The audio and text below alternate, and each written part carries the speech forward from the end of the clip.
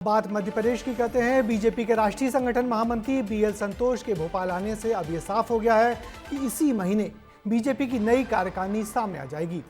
2 दिन तक बीएल संतोष ने भोपाल में पार्टी कार्यकर्ताओं से मुलाकात की और उनका असंतोष दूर किया और प्रदेश संगठन के कामकाज का फीडबैक भी लिया।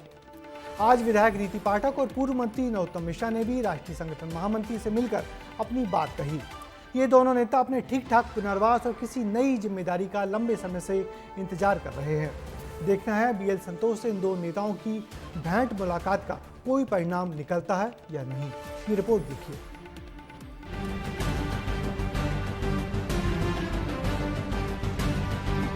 कहते हैं एक तस्वीर 1000 शब्दों के बराबर होती है। बीजेपी के राष्ट्रीय संगठन महामंत्री बीएल संतोष का भोपाल आना ठीक इसी तरह बहुत कुछ संकेत दे रहा है। क्या हेमंत खंडेलवाल को अपनी टीम मिलने वाली है? क्या मध्य प्रदेश के निगम मंडलों में नियुक्ति होने वाली है? बीएल संतोष के भोपाल आने के साथ ही ये सवाल भी सियासी गलियारों में गूंजने लगे।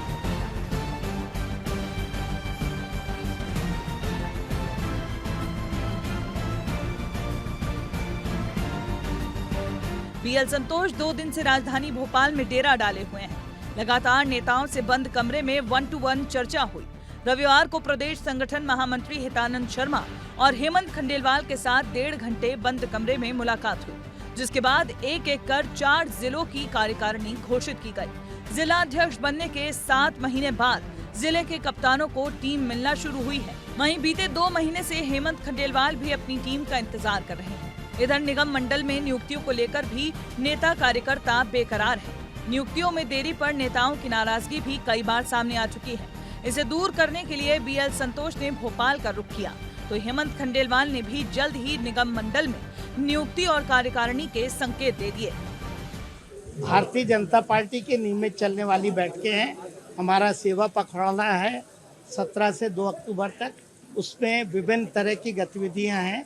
उसको लेके एक हमारे राष्ट्रीय महामंत्री संतोष जी ने बैठक ली थी।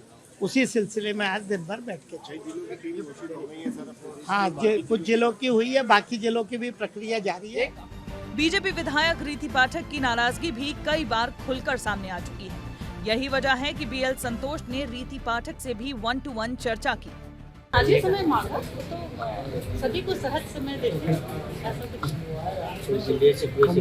नहीं, ऐसा कुछ नहीं। और ये तो हम सबकी स्मृति भी है कि हमारे मध्य प्रदेश के हमारे केंद्र के मार्गदर्शक मध्य प्रदेश में आए तो हमें उनसे प्रणाम करके आशीर्वाद लेने का सौभाग्य।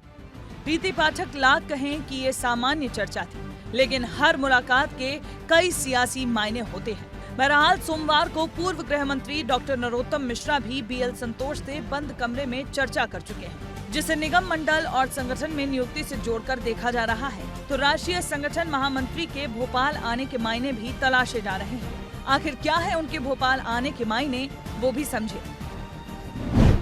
मंत्रियों की परफॉर्मेंस पर चर्चा, राजनीतिक नियुक्तियों में देरी, प्रदेश कार्यकारिणी पर फोकस करना, सत्ता संगठन में तालमेल बैठाना, अनुशासनहीनता पर सख्ती बरतना, वरिष्ठ नेताओं से 1-to-1 चर्चा करना। मध्य प्रदेश की राजनीति में जब किसी दल के संगठन में बदलाव या नियुक्तियों को लेकर चर्चा हो, तो विरोधी पार्टी की तरफ से भी तंज ना आए, ऐसा हो नहीं सकता।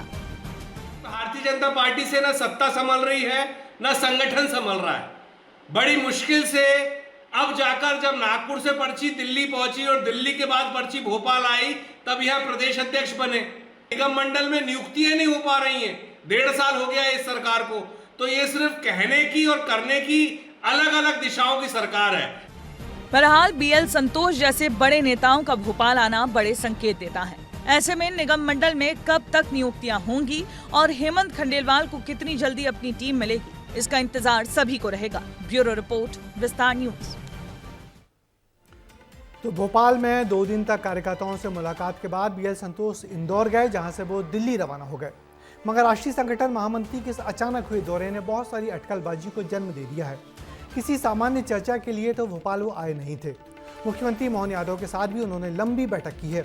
इन सारी बैठकों के परिणाम आने वाले दिनों में सामने आएंगे, ये एकदम तय है।